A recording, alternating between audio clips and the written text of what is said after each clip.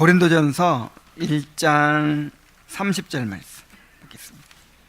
고린도전서 1장 30절 말씀.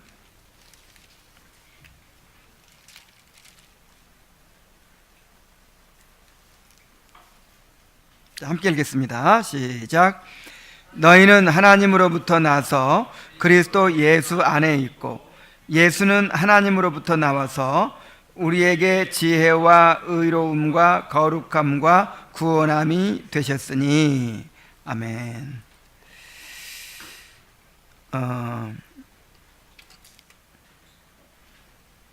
예수님은 하나님으로부터 나와서 우리에게 지혜, 구원의 지혜죠.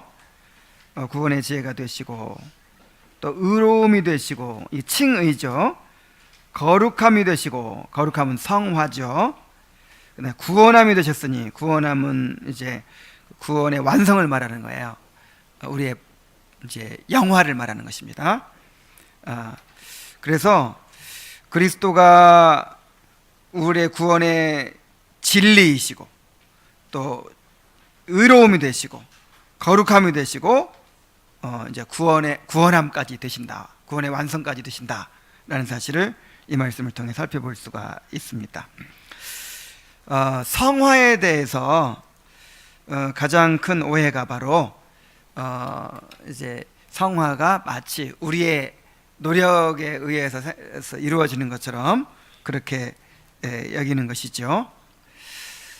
그리고 또 이제 타고난 성품이나 아니면 갈고 닦은 인격이나 이런 것과 혼동하는 거예요. 그래서 이제 여기 대오리문답 75문에서는 이 성화의 성격을 잘 표현해 주고 있어요. 사람들이 오해하는 것처럼 어떤 인간의 노력으로 이루어지는 것도 아니고, 또 뭐 타고난 성품이나 노력에 의해서 변화된 그런 윤리적 변화, 이런 것과는 구별된 이 구원의 은혜다라는 사실을 우리에게 설명해 줍니다. 오늘 내용을 통해서 성화에 대해서 더 깊이 깨닫게 되길 바랍니다. 자, 75문을 우리 큰 소리로 한번 같이 읽겠습니다. 시작. 성화, 점점 거룩하게 됨은 무엇입니까? 답. 성화는 하나님의 은혜의 일입니다. 이 은혜로 말미암아 하나님께서는 세상을 창조하시기 전에 거룩해 하시고자 택하신 사람들을 정하신 때에 성령님의 매우 힘있는 역사를 통해 그리스도의 죽으심과 부활을 택함받은 사람들에게 적용하시고, 그들의 전 인격을 하나님의 형상대로 새롭게 하십니다. 또한 하나님께서는 생명에 이르는 회개의 씨와 그 밖에 다른 모든 구원의 은혜를 그들의 마음속에 두시고, 그 모든 은혜를 일어나게 하시고 증가시키시고 강화시키셔서 그들이 죄에 대하여는 점점 더 죽고 생명에 대하여는 살게 하십니다. 정말 이 성화가 무엇인지 이 성경적인 그 성화의 정의, 그리고 성화의 성격, 이런 것들을 잘 표현해 주고 있어요. 자, 먼저 여기서 말해주는 것은 뭐냐면, 성화는 구원의 은혜다라고 하는 것이죠. 구원의 은혜다. 여기서 말하는 대로 그대로 표현하자면, 성화는 하나님의 은혜의 일입니다 그랬어요. 우리 한번 따라해 봅시다. 성화는 하나님의 은혜의 일이다. 이건 다른 말로 하면 은혜의 사역이다, 그런 뜻이죠. 자, 칭의만을 구원의 은혜로 여기고, 성화는 구원받는 것과 별개의 문제로 생각하는 사람들이 있죠. 그래서 칭의는 은혜로 받지만 성화는 우리의 노력에 달려있다, 이렇게 생각을 해요. 구원받았으니 이제 그 은혜에 보답하기 위해서 이제 성화를 이루어가야 한다, 이렇게 얘기를 하죠. 그리고 그러니까 구원 받고 나서 성화가 안 될 수도 있는 거죠. 이제 우리의 선택에 따라서. 그래서 성화를 선택의 문제로 여기는 거예요. 그래서 열심히 노력해서 성화를 하면 아이고 너 참 구원받은 자답다 해가지고 상급을 주고, 성화를 안 이루면 이제 부끄러운 구원을 받는 거고, 이제 하늘나라에 가서 개털 모자 쓰고 뭐 이런 식으로 되는 것이죠.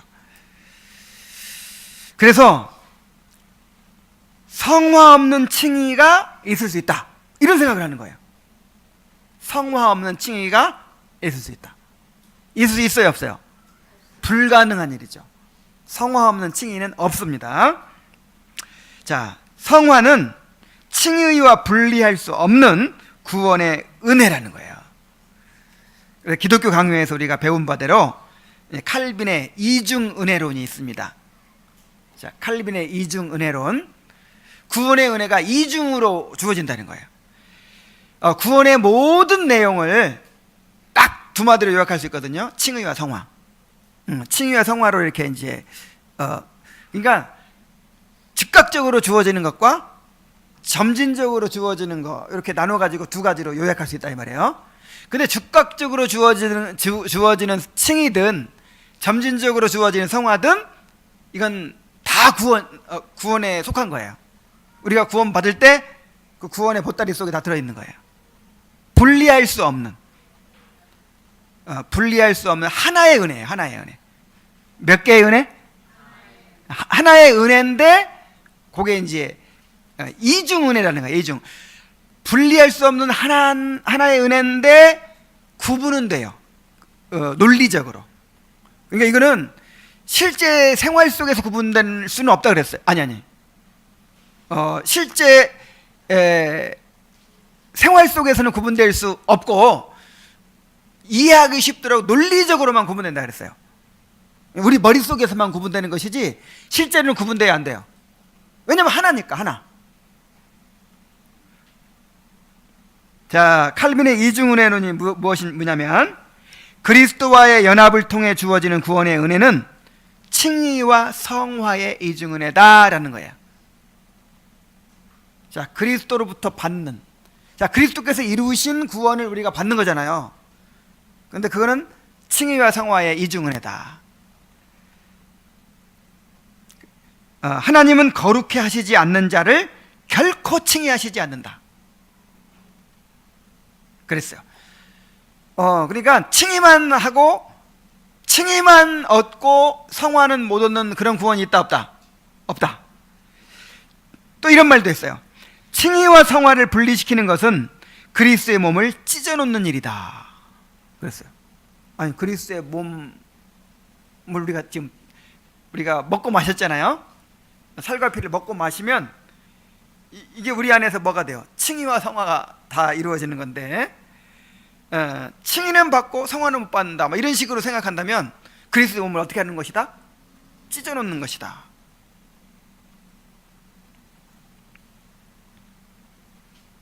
그래서 성화가 구원의 은혜다라는 사실을 우리가 항상 기억해야 됩니다. 칭의와 분리될 수 없는 하나의 은혜다라는 사실을 기억해야 됩니다. 그런데 왜 성화는 칭의와 양자와는 달리 은혜의 행위, an act of grace라고 하지 않고 은혜의 일 혹은 사역, a work of grace라고 했을까요? 자, 우리가 지난번에 칭의는 은혜의 행위다 그랬어요. 우리를 의롭다고 인정하시는 것은 은혜의 행위다 이렇게 얘기했는데, 양자도 은혜의 행위다 그랬어요. 근데 성화는 뭐라고 해요? 은혜의 일이다, 은혜의 사역이다 이렇게 말하거든요. 자, 그 이유는 칭의나 양자는 순간적으로 이루어지지만, 그냥 행위예요.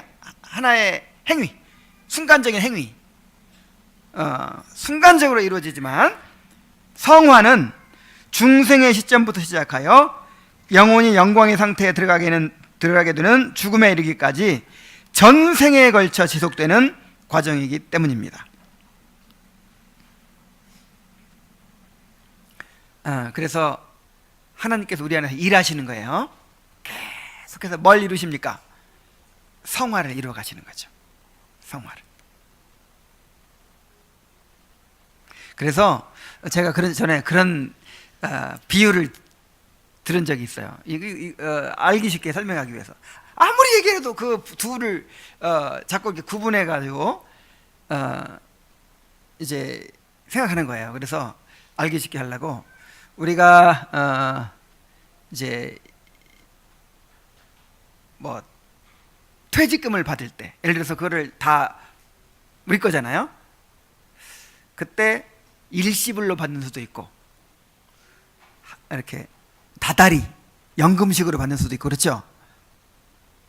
비유가 좀 적당하지 않은가? 어쨌든 다 내 건데, 다 나한테 주는 건데 일시불로 주는 것도 있고 이렇게 연금식으로 다달이 주는 것도 있잖아요. 그래서 근데 사실은 다 공짜로 받는 거예요. 퇴직금 말고. 이거 뭘 준다면.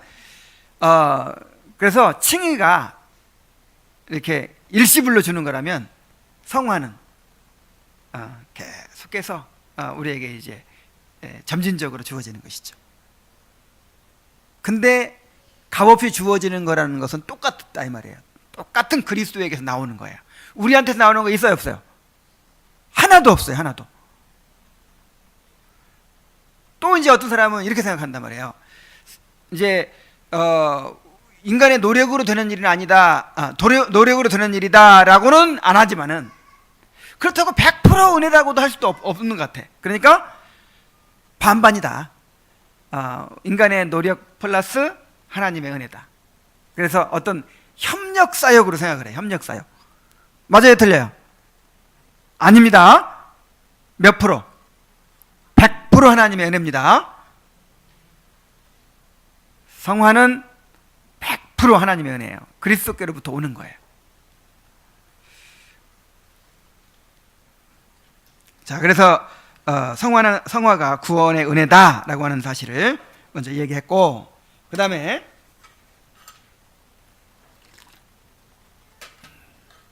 성화는 그리스도의 구속의 유익을 성령을 통하여 택한 자들에게 적용하는 것입니다. 그랬어요.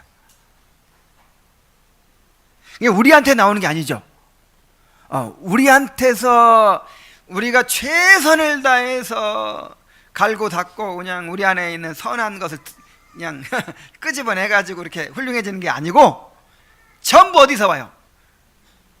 그리스도의 구속의 유익을 성령을 통해 택한 자들에게 적용하시는 거란 말이에요. 그래서 이 대율문답 75문의 표현대로 하면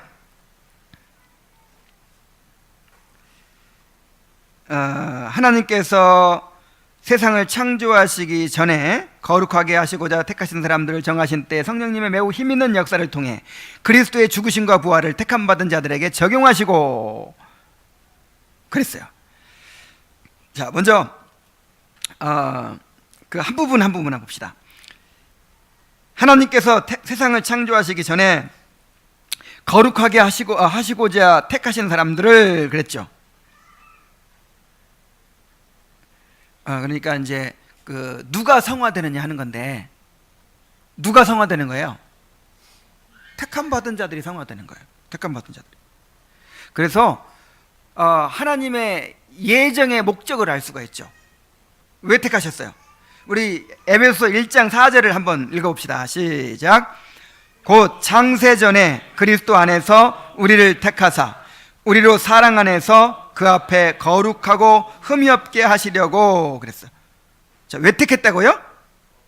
거룩하고 흠이 없게 하시려고. 다른 말로 하면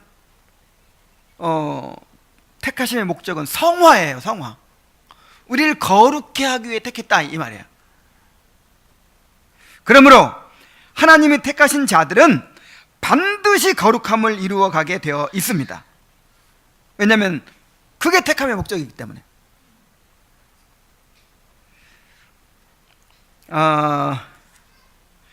하나님이 영원 속에서 작정하신 일은 우리의 시간 속에 성취된다 그랬죠. 그러니까 영원 속에서 택함 받은 자들은 시간 속에 성화가 된다 이렇게 얘기할 수 있는 거예요. 그러니까 다른 말로 하면 또 택함 받은 증거가 뭐예요? 이 사람이 택함 받았나 안 받았나? 아니, 이 사람 말고 나를 생각해 봅시다. 여러분 자신을 내가 택함 받았나 안 택함 받았나 이걸 어떻게 할 수 있을까요? 하나님께서 예정을 이루어 가시는가 아니면 그 예정을 실현해 가시는가, 다시 말하면 성화를 이루어 가시는가 아닌가를 통해서 알 수 있어요. 내가 예수 믿는다고 믿는데 전혀 성화하는 관계가 없는 사람이야. 그러면 택함 받은 증거가 있는 거예요, 없는 거예요? 없어요. 그래서 도르트 신조 12항 선택의 확신이라는 부분에서 이렇게 이야기를 했습니다. 택하신 자들은 하나님의 때에 자신들의 영원하고 변함없는 선택에 대하여 비록 단계가 다양하고 정도의 차이가 있지만 확신을 얻는다. 구원의 확신을 얻을 수 있다 이 말이에요. 택함받은 확신을 얻을 수 있는데 어떻게 얻느냐? 이 선택의 확신은 하나님의 비밀스럽고 깊고 오묘한 것들을 호기심으로 파고 들어감으로써 갖는 것이 아니라 하나님께서 그분의 말씀에서 가리켜 보이신 틀림없는 선택의 열매들, 즉 그리스도에 대한 참된 믿음, 자녀로서 갖는 하나님에 대한 경외심, 죄에 대한 거룩한 슬픔, 의에 목마르고 굶주림 등과 같은 것들을 영적으로 기뻐하고 거룩히 즐거워하며 자신들 안에서 관찰함으로 얻는다 그랬어요. 이것이 나한테 나온 것이 아닌데, 내가 전에는 이러지 않았는데 죄에 대해서 그렇게 슬퍼하는 마음이 생기는 거예요. 애통해하는 마음이 있는 거예요. 또 하나님의 말씀을 그렇게 사모하고 하나님 알아가고자 하는 열망이 있는 거예요.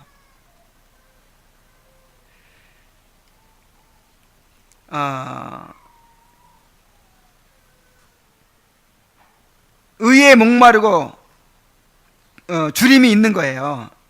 하나님께 대한 그런 경외심이 있는 거예요.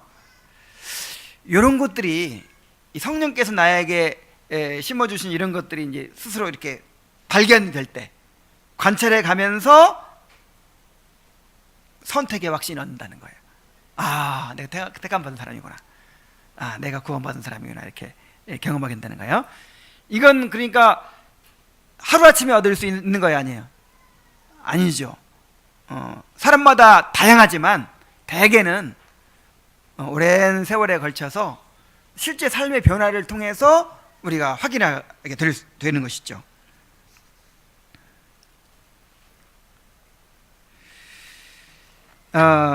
그런데 항상 하나님이 하시는 거라고 하면서, 항상 하나님이 하시는 거라고 하면서 하나님의 주권을 강조하면서 또 우리의 책임도 강조해요.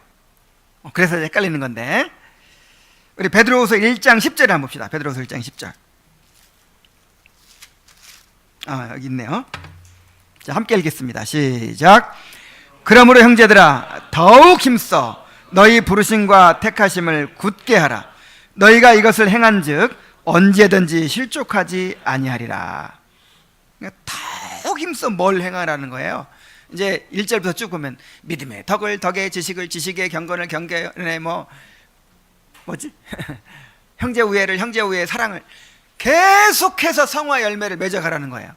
힘써서, 더욱 힘써서.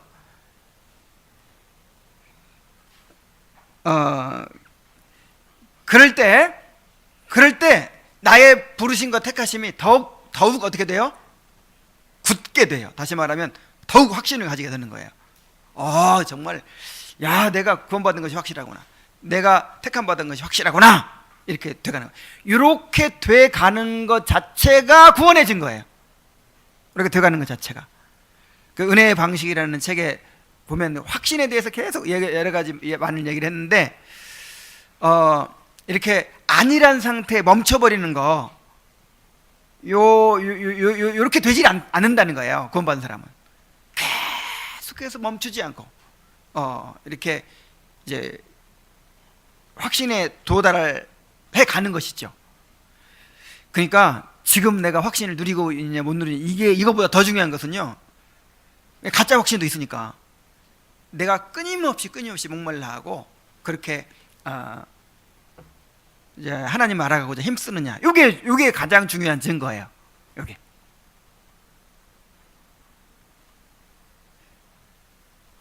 그래서 이제 성화에 대해서 또 다른 극단이 있어요. 또 다른 극단. 성화가 이제 인간의 노력으로 되는 것처럼 막 이렇게 하는 그런 극단적인 사람들도 있고, 또 다른 극단은 뭐냐면 하나님이 이루시는 거야. 그냥 잠잠히 주님 안에 거해. 주님 안에 잠잠히 있으면 하나님이 다 하셔. 뭐 내가 힘쓰고 애쓰려고 할 필요가 없어. 이렇게 가르치는 사람도 있어요. 그런 분의 설교를 들으면요, 굉장히 마음이 편해지고 뭔가 심오하게 느껴지고, 뭔가 그런데 이거 잘못된 겁니다. 이거 이제 소위 뭐 하이퍼 칼빈이즘이라고 해요. 극단적 칼빈주의. 하나님이 택하신 자들은 하나님이 다 하신다. 그런데 성경은요, 두 가지를 다 강조한다니까. 하나님이 하신다 그러면서 또 뭐라 그래요? 두렵고 떨림으로 너희 구원을 이루어가라 그런단 말이에요. 근데 이게 서로 모순되는 게 아니고, 하나님은 우리를 로봇으로 다루지 않으세요.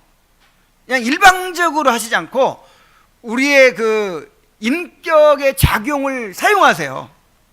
인격의 작용을. 그래서 우리가 목마르게 하시고, 내가 붙들게 하시고, 내가 믿게 하시죠. 보세요. 아브라함에게 믿음을 주신 분이 누구예요? 하나님이에요. 하나님이 말씀을 주시고 언약을 주시고 표징을 주시고 뭐 언약을 체결해 주시고 온갖 방법으로 막 그냥 믿음을 갖게 만들어 하나님이. 그래 놓고 실제로 내가 선택하고 믿는 건 누가 하는 거예요? 아브라함이 하도록 그렇게 역사하신 거예요. 그래서 하나님이 야, 네가 믿었으니까 내가 의롭다 해주마 이렇게 되는 거잖아요. 우리의 인격을 사용하십니다.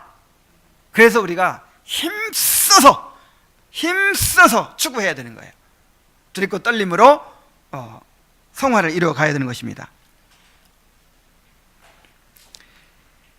자, 정하신 때에 성령님의 매우 힘있는 역사를 통해 하신다 그랬어요. 자, 하나님의 정하신 때에 성화가 시작됩니다. 고린도전서 6장 11절에 보면 함께 읽습니다. 시작. 너희 중에 이와 같은 자들이 있더니 주 예수 그리스도의 이름과 우리 하나님의 성령 안에서 씻음과 거룩함과 의롭다 하심을 받았느니라 그랬어요. 엊그제까지만 해도 이런 삶을 살았는데 언젠가부터 하나님의 역사가 그 사람에게 있는 거예요. 하나님이 성령이 역사하시면 중생을 하고 성화가 시작되는 것입니다. 그래서 하나님의 정한 때가 있어요. 때가 있어요. 사람마다 다 때가 달라요. 다 정하신 때가 있어요. 그래서 하나님이 택하신 자들은 하나님의 시간표에 따라서 반드시 부르시고 이제 중생케 하시고 성화를 이루어 가십니다. 우리는 때를 모르니까 열심히 예수 믿으라고 하고 또 주님의 은혜를 붙들려고 해야죠. 또 성화는 성령님의 매우 힘있는 역사를 통해 이루어진다 그랬죠. 데살로니가후서 2장 13절을 또 함께 읽겠습니다. 시작. 주께서 사랑하시는 형제들아, 우리가 항상 너희에 관하여 마땅히 하나님께 감사할 것은 하나님이 처음부터 너희를 택하사 성령의 거룩하게 하심과 진리를 믿음으로 구원을 받게 하심이니 그랬어요. 성령의 거룩하게 하심, 또 진리를 믿음, 이게 이제 동시에 일어나는 사건이죠. 성령께서 우리 영혼을 거룩하게 만들어 버리시는 거예요.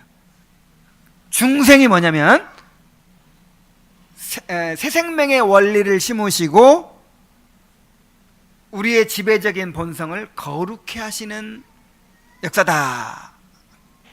그렇게 배웠죠? 우리의 본성을 어떻게 만들어요? 거룩해 만들어버려요. 거룩하게 바꿔버려요. 그래 우리 중심은 이제 거룩해진 거죠. 그때부터 성화가 점진적인 성화가 시작되는 거예요. 하나님을 거역하는 자들을 하나님께 굴복시키는 것은 성령의 강력한 역사가 아니고서는 불가능한 일입니다.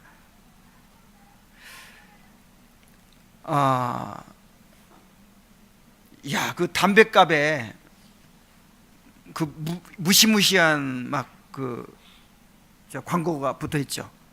폐암을 유발합니다. 막 이런 식으로. 그 뭐 어느 나라 보니까 뭐 하여간 끔찍한 막 그런 그림들도 그려놓고 막 그렇게 했더라고요. 그리고 이걸 알아요, 몰라요? 또 담배 피면 나쁘다는 거 알아요, 몰라요? 알아요. 그런데도 못 끊어요. 그런데도 피워. 이야, 사람이요 정말 얼마나 그렇게 어떤 이 죄를 끊어버리기가 어려운지 몰라요. 오늘 담배 피우는 게 죄라는 게 아니라 그만큼 뭔가 나에게 익숙한 어떤 거를 끊어버린다는 게 어려워요. 나한테 익숙하고 또 내가 그 생존 방식으로 택한 것이고 내 즐거움의 원천으로 택한 것이고 그렇게 습관화되어 있어서 요걸 버린다는 게 너무 어려운 일이에요. 내가 주인이 돼서 내가 내 삶을 주관하고 그래 내 마음대로 살았는데 이제는 그거를 포기하고 예수 그리스도를 영접하고 예수 그리스도를 주인으로 모시고 그렇게 살아야 되잖아요. 이거는요 성령이 아니면 이게 될 수가 없어요. 그래서 성령의 강력한 역사로만 이루어질 수 있다는 것이죠. 그 다음에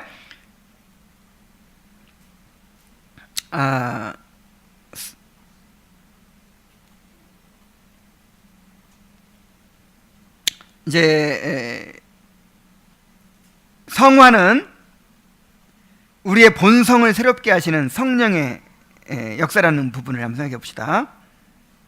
우리 에스겔서 36장 26절을 한번 읽어보겠어요. 시작. 또 새 영을 너희 속에 두고 새 마음을 너희에게 주되 너희 육신에서 굽은 마음을 제거하고 부드러운 마음을 줄 것이며 그랬죠. 자, 새 영을 우리 속에 두고 성령께서 우리 안에 들어오시는 거예요. 그 다음 새 마음을 너희에게 주고 육신에서 굳은 마음을 제거하고 부드러운 마음을 주고 이 엄청난 성령 역사죠. 그래서 이런 영적인 변화는 성화는 단지 생활의 무질서함을 바로잡는 것으로 일어날 수 있는 것이 아니라는 거예요. 타고난 성품이나 어떤 일들을 반복해서 습관화하는 일을 통해서 얻어지는 것이 아니라는 거예요. 영적인 변화는 오직 초자연적인 영구한 원리가 영혼에 주입될 때 일어납니다.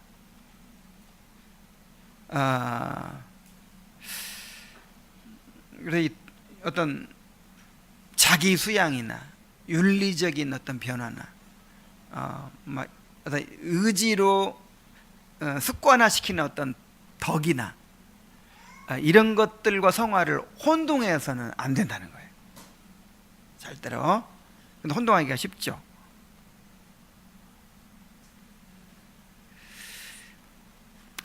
그러니까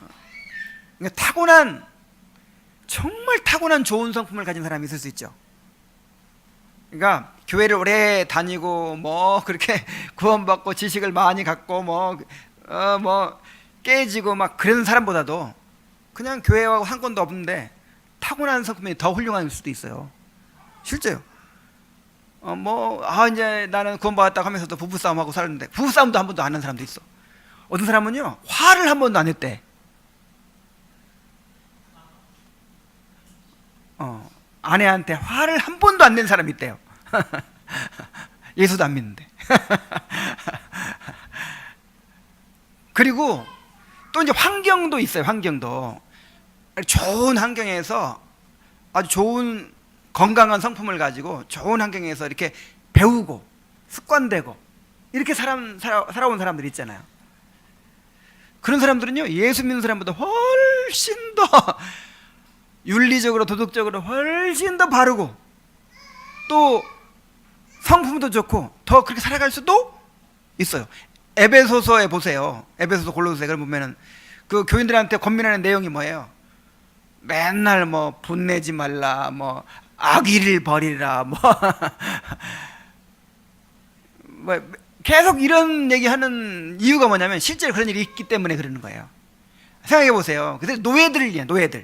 노예들 비천한 사람들 뭐 교양을 쌓았으면 얼마나 쌓았겠어요. 얼마나 뭐 공부를 많이 하고 자기 수양을 했겠어요. 그런 사람들이 이제 예수 믿고 교회 안에 들어오니까 구원은 받았지만 그런 이제 그 습관들, 그런 말투가 바뀌어요? 예수 믿고 나면 그냥 말투가 싹 바뀝니까?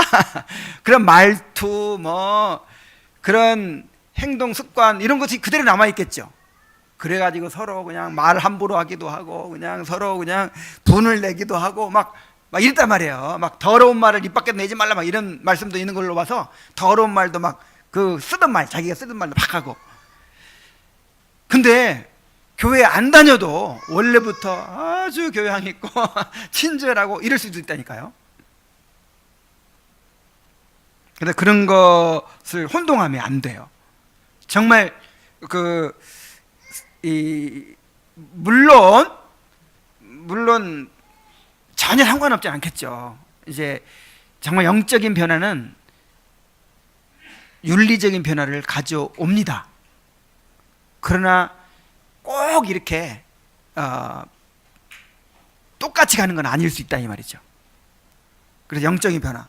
그러니까 자꾸만 윤리를 강조하면 안 돼요. 윤리를 강조하면 그건 세상에서도 할 수 있는 것이고 우리는 윤리를 강조하는 게 아니라 경건을 강조하는 거예요. 영적인 변화를 강조하는 거예요. 그리고 이제 윤리적인 변화는 나중에 따르는 열매죠. 회개하라는 거예요. 회개. 죄를 깨닫고 회개하라는 것이고 또 하나님을 경외하라는 것이고 말씀을 사모하라는 것이고 하나님을 즐거워하라는 것이고 죄를 미워하라는 것이고 슬퍼하는 것이고 그리스도를 사랑하는 것이고 이런 건 윤리하고 관계없죠. 이런 영적인 변화 이게 성화라고 이게. 그러면 그런 사람은 이제 거짓말 안 하겠지. 그런 사람은 이제 점점 친절하게 하겠지. 열매가 나오는 열매가. 영적인 변화는 이 초자연적인 영구한 원리가 영혼에 주입될 때 일어난다 하는 것입니다. 그래서 여러분 오히려 방해가 될 수 있는 거예요. 방해가. 이건 좀 역설적인 얘기인데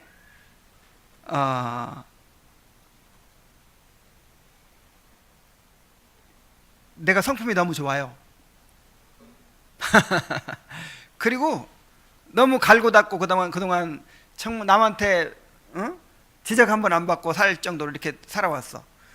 그러면은 자기 죄를 잘 깨닫는데 도움이 될까요? 도움이 안 될까요? 도움이 안 될 수도 있어요.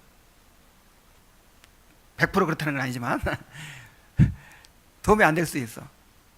다 같은 오물통인데, 자, 우리 인간은요 전부 다 오물통이에요. 오물통. 근데 어떤 오물통은 깨져가지고 오물이 흘러나온 오물통이 있어요. 어떤 오물통은 너무 좋은 재질로 만들어져 있기 때문에 겉에 깨끗해. 근데 어떤 오물통에 들어있는 오물이 더 더러울까요? 똑같아요. 근데 이제 깨져서 이렇게 흘러나오면 이제 발견하기가 쉽죠. 더럽다는 거를. 근데 겉이 너무 깨끗하니까. 속 안에는 더러운 오물이 가득 들어있는데 겉이 너무 깨끗해. 그러니까 못 깨달아. 이게 바리새인의 문제고, 그 오물통 깨진 사람들은 누구예요? 세리와 창기들. 누가 예수님을 믿었어요? 우리 세리와 창기들이 믿었잖아요.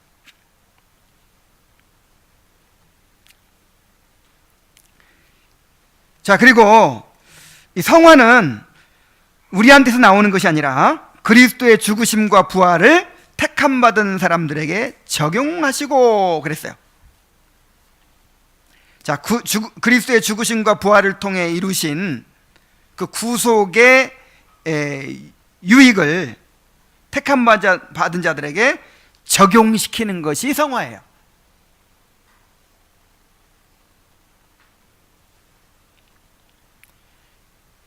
로마서 6장 4절로 6절을 한번 읽어봅시다. 자, 다 같이 읽습니다. 시작. 그러므로 우리가 그의 죽으심과 합하여 세례를 받음으로 그와 함께 장사되었나니 이는 아버지의 영광으로 말미암아 그리스도를 죽은 자 가운데서 살리신과 같이 우리로 또한 새 생명 가운데서 행하게 하려 함이라. 만일 우리가 그의 죽으심과 같은 모양으로 연합한 자가 되었으면 또한 그의 부활과 같은 모양으로 연합한 자도 되리라. 우리가 알거니와 여기까지만.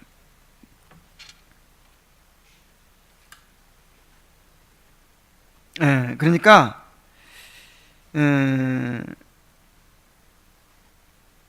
우리가 구원받는 것이 그리스도와 함께 죽고 그리스도와 함께 사는 것이거든요. 예수님의 죽음과 부활에 연합하는 것이거든요.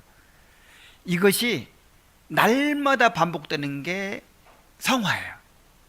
예수님과 함께 죽고, 그때 죄일에 죽는 거죠. 그 다음에 예수님과 함께 살고, 요게 이제 하나님에 대해 사는 것이고 의에 대해 사는 것이고 새 생명에 대해 사는 것이죠.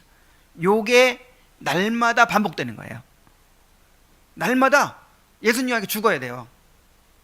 날마다 죽으시기 바랍니다. 예수님의 죽으심에 내가 연합하는 거예요. 날마다 예수님의 죽으심에 연합해서 내가 죽는 거예요. 그리고 날마다 예수님의 부활에 연합해서 내가 다시 살아나는 거예요. 그리스도와의 연합을 경험하고 누리는 거, 이게 성화예요. 이게 이렇게 함으로써 내가 영적인 변화를 받는 거예요. 이 일은 성령의 역사를 통해 이루어집니다. 그리스도의 죽으심과 부활을 통해 이루신 구속의 유익이 성령의 역사하심을 통해서 그리스도인들에게 수여되는 것이죠. 그 다음에 그들의 전 인격을 하나님의 형상대로 새롭게 하십니다 그랬어요. 일단 성화는 하나님의 형상을 회복하는 것이죠. 에베소서 4장 23절 24절 한번 읽읍시다. 시작. 오직 너희의 심령이 새롭게 되어 하나님을 따라 의와 진리의 거룩함으로 지으심을 받은 새 사람을 입으라 그랬어요. 여기 의라는 말이 나오고 진리라는 말이 나오고 거룩함이라는 말이 나오죠. 의와 진리와 거룩함으로 지으심을 받은 새 사람이라 그랬어요. 의와 진리와 거룩함으로 지으심을 받은 새 사람. 그래서 칼빈은 이 구절에 근거해서, 이제 골로새서에도 이 구절이 나오죠. 이런 말씀이 나오죠. 근거해서 하나님의 형상을 정의했어요. 여러분, 하나님의 형상이 뭐냐면 바로 이 세 가지입니다. 여기서 의와 진리와 거룩함이라고 했는데, 이거를 다른 말로 바꾸면 지식과 의로움과 거룩함, 이게 하나님의 형상이에요.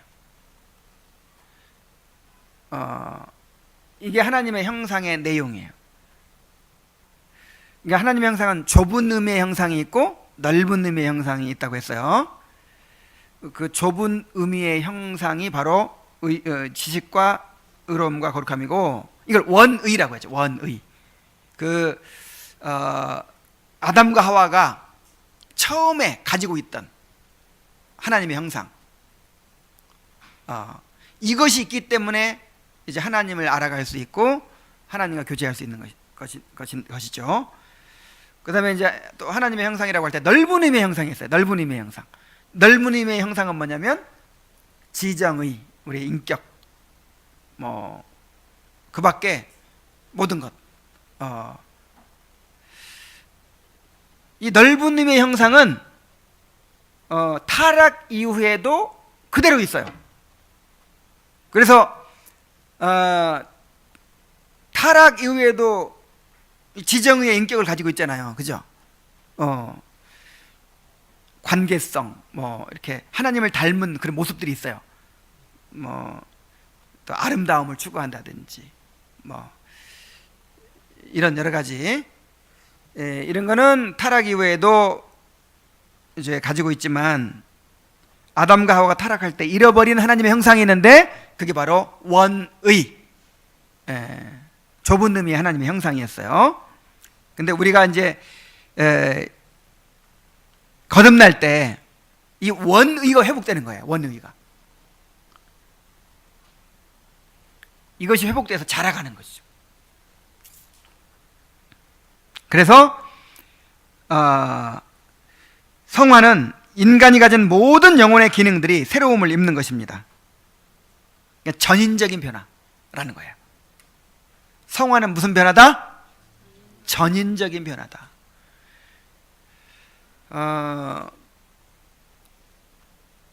그러니까 이 어떤 영적인 변화가 아니고 그냥 단지 그냥 어떤 아까도 말했지만 그 인간의 성품이라든지 아니면 또 습관에 의해서 변화되는 거라든지 하는 이런 거 이런 것은 어떤 차이가 있냐면은 이 중심이 우리의 중심이 변화됐기 때문에 거기서 우리 영혼의 전 기능에 이제 파급이 된단 말이에요. 영적인 변화는. 그런데 인간적인 노력에 의해서 변화되는 것은 어떤 부분은 굉장히 참 탁월해요. 예수 믿는 사람보다 더 잘해. 근데 어떤 부분은 이제 아니죠.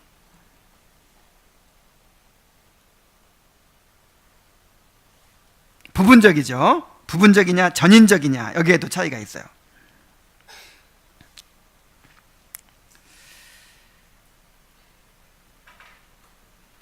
결국 하나님의 형상의 완전한 모습은 그리스도이십니다.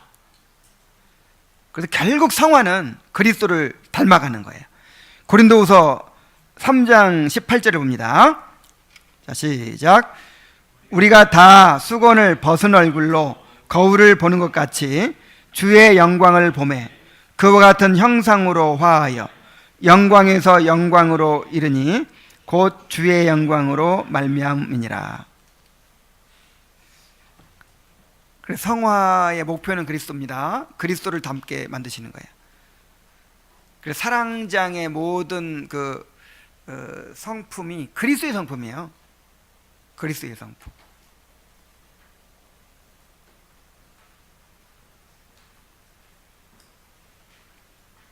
자, 그 다음에 또 성화는 은혜를 통해 죄에 대하여 죽고 새 생명에 대해 사는 것이다 그랬어요.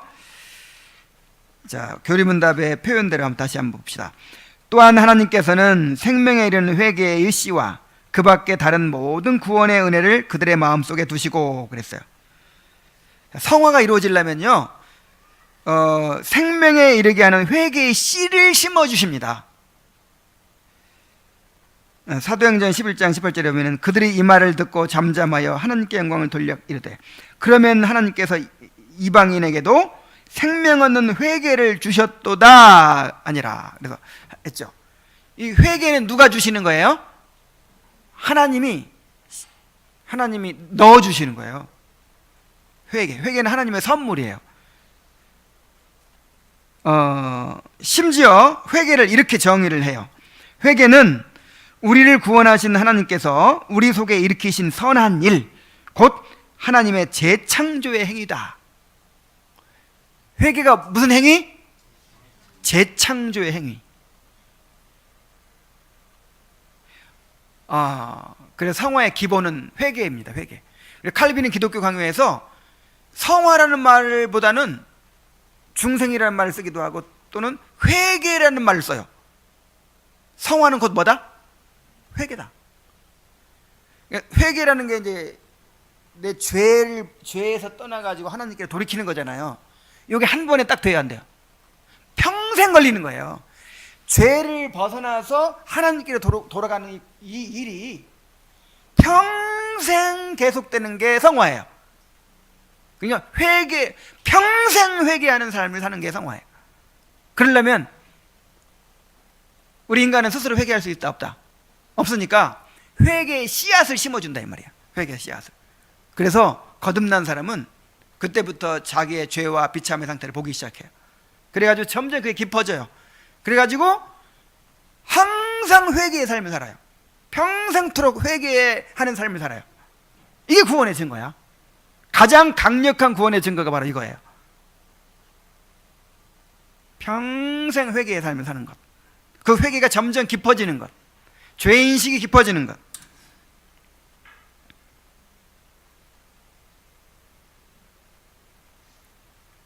자, 회개의 씨가 기본적인 거예요. 그리고 그 밖에 다른 모든 구원의 은혜들을 그들의 마음속에 두십니다 그랬죠.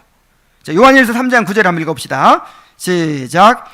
하나님께로부터 난 자마다 죄를 짓지 아니하나니 이는 하나님의 씨가 그 속에 거함이요 그도 범죄하지 못하는 것은 하나님께로부터 났습니다. 하나님의 씨를 그 속에 심어놔 버렸기 때문에 죄를 지을 수가 없다는 거예요. 죄를. 그 하나님의 씨가 뭘까요? 예를 들어서 죄를 미워하고 슬퍼하는 것, 또 거룩함을 사모하는 것, 하나님의 말씀을 사모하는 것, 또 하나님의 율법을 즐거워하는 것, 하나님을 사랑하고 즐거워하는 것, 형제를 사랑하는 것. 요런 씨앗들, 요런 은혜들을 심어주셨어요. 이렇게. 근데 그런 것이 있으니까 죄를 지으면 너무 괴로운 거예요. 견딜 수가 없어요. 그러니까 죄를 안 짓는다는 게 아니야. 죄를 지어요. 죄를 지킨 짓는데 그 죄로 인해서 너무 고통을 당해요. 너무 힘들어요. 그러니까 그런 씨앗이 없으면 모르는데 죄를 짓고 나니까 예를 들어서 다윗이 이런 거 배웠잖아요.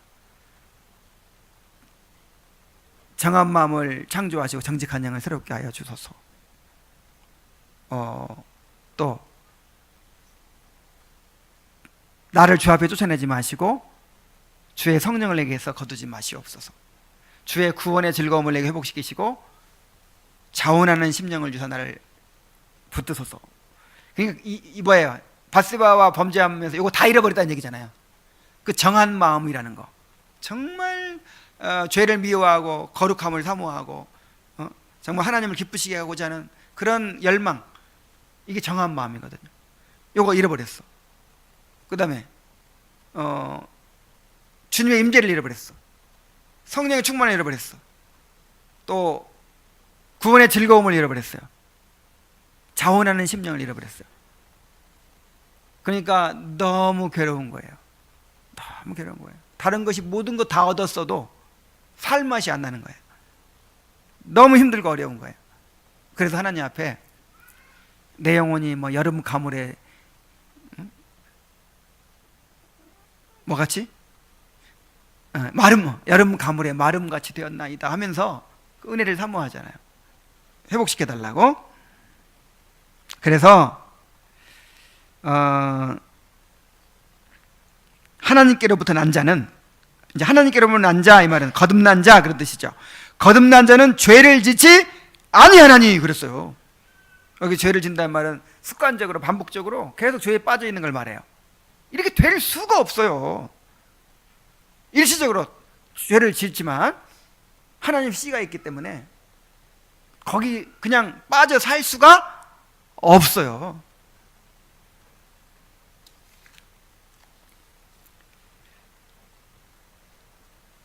자, 그렇게 해서 이제 그 회개의 씨와 다른 모든 구원의 은혜를 그들의 마음속에 두셨습니다.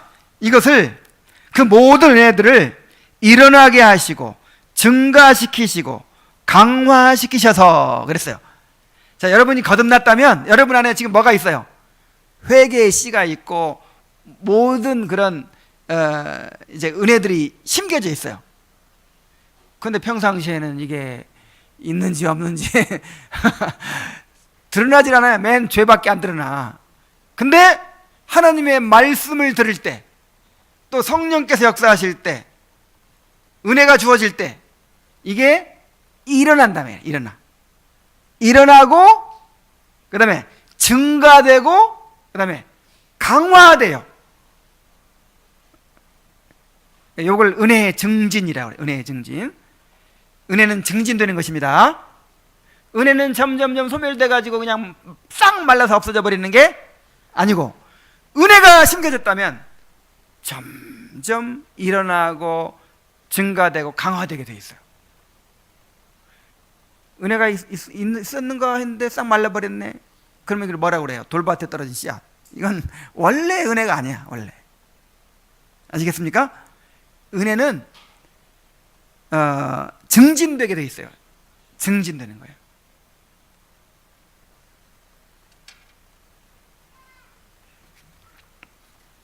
에베소 3장 16절 19절 한번 읽어봅시다. 함께 읽겠어요. 시작. 그의 영광의 풍성함을 따라 그의 성령으로 말미암아 너희 속사람을 능력으로 강건하게 하시오며 믿음으로 말미암아 그리스도께서 너희 마음에 계시게 하시옵고 너희가 사랑 가운데서 뿌리가 박히고 터가 굳어져서 능히 모든 성도와 함께 지식에 넘치는 그리스도의 사랑을 알고, 그랬죠. 또 히브리서 6장 11절 12절도 있나요? 없으면 내가 혼자 읽을게요. 우리가 간절히 원하는 것은 너희 각 사람이 동일한 부지런함을 나타내어 끝까지 소망의 풍성함에 이르러 게으르지 아니하고 믿음과 오래 참음으로 말미암아 약속들을 기업으로 받는 자들을 본받는 자 되게 하려는 것이니라. 그래서 이게 다 우리 안에 있는 은혜, 그 심겨진 은혜들을 일어나게 하고 증가시키고 강화시키는 그런 역사죠. 그래서 이렇게 되면 얼마나 풍성하고 충만한 삶이 되겠어요. 맨날 그냥 메말라가지고 그냥 근근히 그냥 질질 끌려가듯이 사는 거하고, 이렇게 은혜가 충만해가지고 그냥 넉넉히 이기는 거하고, 그 삶이 얼마나 큰 차이가 나겠습니까? 그러한 삶을 사모합시다. 그래서 하나님이 이것을 위해서 은혜의 수단을 허락하신 거예요. 성령은 말씀과 성례와 기도를 통해서 우리 안에 심겨진 은혜들을 일어나게 하시고 증가시키시고 강화시키십니다. 그래서 결국 죄에 대하여는 점점 더 죽고 새 생명에 대하여는 점점 더 살게 하십니다. 결국은 두 가지야. 두 가지. 죄에 대하여는 죽고 의에 대하여는 점점 사는 것이죠. 로마서 6장 성화는 죄에 대하여 점점 죽는 것입니다. 로마서 6장 4절 한번 읽겠습니다. 시작. 그러므로 우리가 그의 죽으심과 합하여 세례를 받음으로 그와 함께 장사되었나니. 그랬고, 갈라디아서 5장 24절 시작. 그리스도 예수의 사람들은 육체와 함께 그 정욕과 탐심을 십자가에 못 박았느니라 그랬어요. 우리가 구원받을 때 그리스도와 함께 죽었잖아요. 그리고 못 박았잖아요. 근데 이것이 계속 또 반복되는 거예요. 자, 이런 의미를 이해하시기 바랍니다.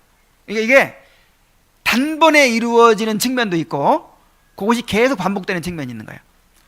예를 들어 회개가 그렇잖아요. 회개. 여러분 회개했어요, 안 했어요? 회개했잖아요.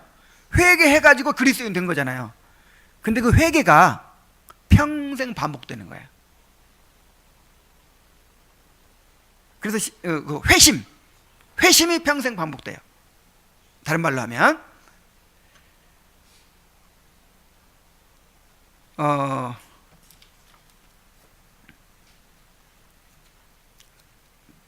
자, 새 생명에 대하여는 점점 사는 것입니다.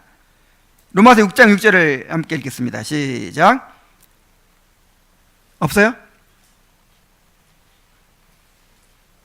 이는 아버지의 영광으로 말미암아 그리스도를 죽은 자 가운데서 살리신 것 같이 우리로 또한 새 생명 가운데서 행하게 하려 함이라. 우리가 알거니와 우리의 옛사람이 예수와 함께 십자가에 못 박힌 것은 죄의 몸이 죽어 다시는 우리가 죄에게 종노릇하지 아니하려 함이니. 그랬어요. 그러니까 우리가 죽어야 되는 이유는 살기 위해서요. 예수님과 함께 죽어야 예수님에게 부활합니다.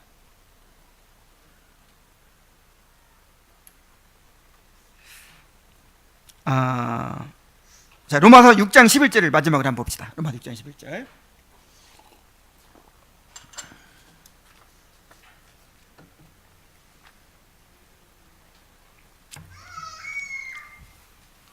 자, 함께 읽겠습니다. 시작. 이와 같이 너희도 너희 자신을 죄에 대하여는 죽은 자요 그리스도 예수 안에서 하나님께 대하여는 살아있는 자로 여길지어다.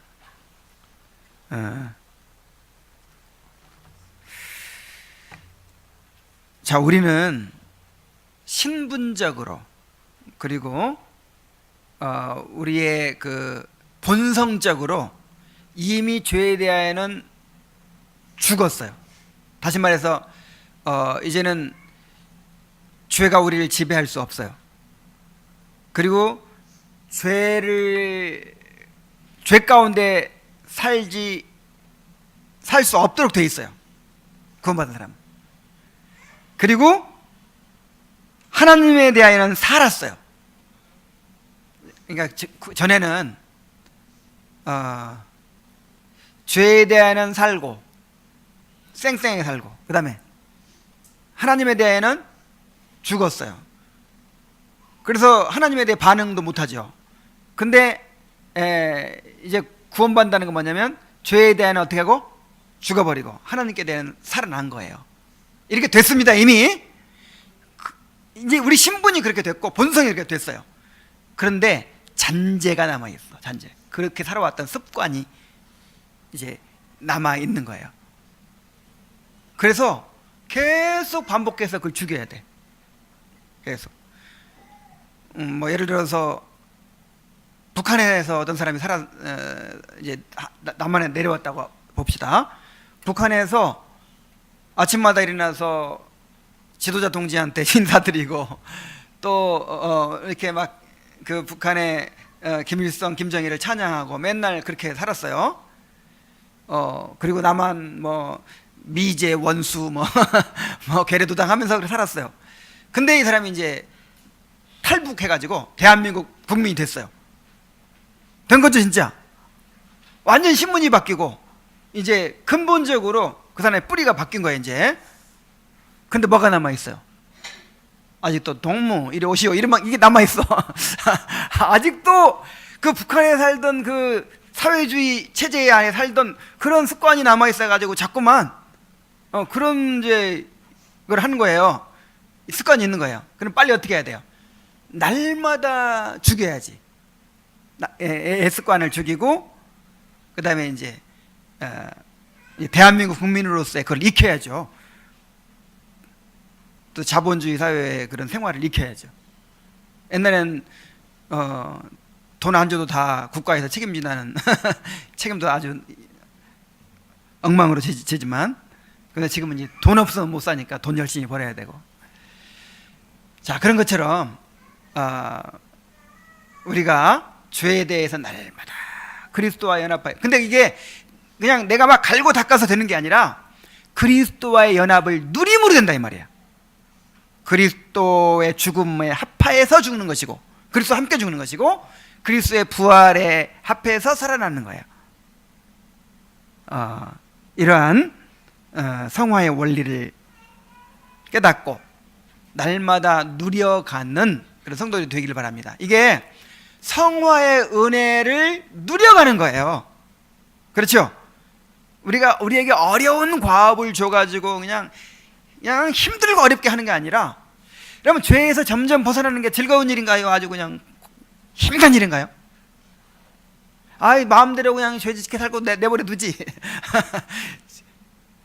이렇게 생각하는 사람은 아직도 이게 구원받은 의심스러운 사람이에요. 죄에 얽매여 옛 습관에 얽매여 사는 것이 얼마나 힘들고 어렵습니까? 근데 여기서 점점 나를 자유롭게 해주는 거예요. 점점 은혜를 입는 거예요. 은혜를.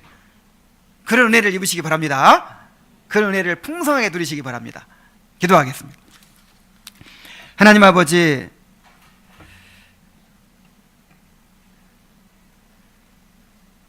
칭의만이 아니라 우리가 점점 거룩해지는 성화도 그리스도께서 이루신 구속의 선물임을 감사드립니다. 아버지 하나님, 우리가 칭의만 누릴 뿐 아니라 성화도 누릴 수 있도록 해주셨습니다. 이 은혜를 참으로 우리가 마땅히 받을 자격이 있는데, 자격을 주셨는데 아버지 하나님 정말 풍성하게 누리기를 원합니다.